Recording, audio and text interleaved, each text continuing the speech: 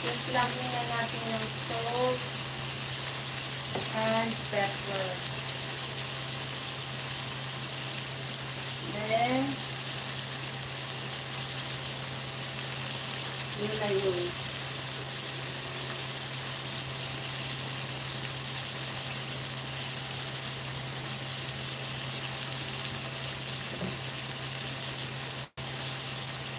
Bigyan mo si sister. Give Sahara. Give Sahara na sinigang na salmon.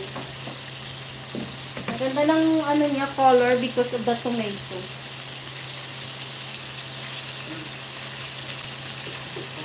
Dahil chicken, oh. Sorry?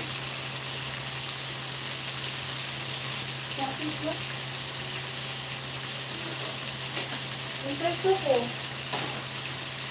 Ah?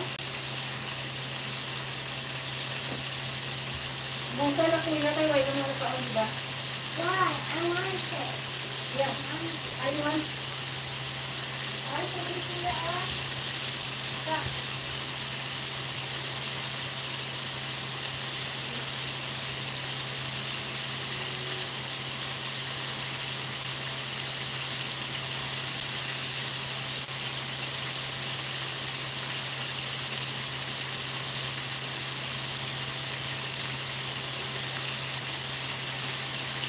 So, bakit nagluto ulit tayo ng sinigang na salmon? Because gusto nila, nagustuhan ng ating mga kasama sa bahay. So, ayan na guys, pakulo na. Pag kumulo na, ilagay na natin yung the rest ng mga gulay.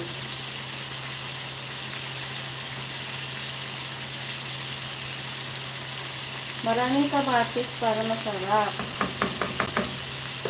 Ngayon ang sikreto ko ngayon, nilalagyan ko ng maraming mga onion para masarap.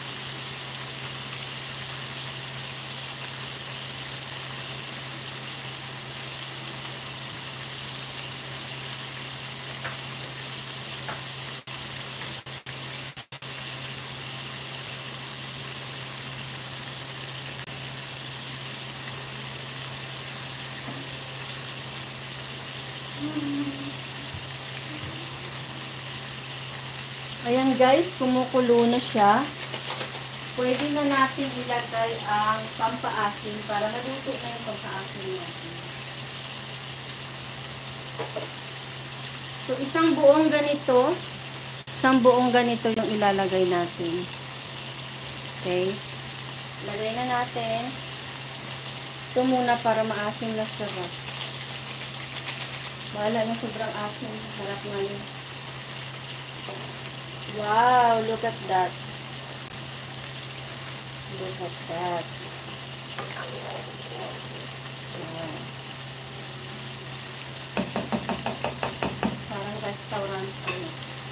Then, isunod na natin to guys, ang ating sitaw. Kasi malipit lang yung ating salmon. Hilaw nga, kinakain lang yan, diba?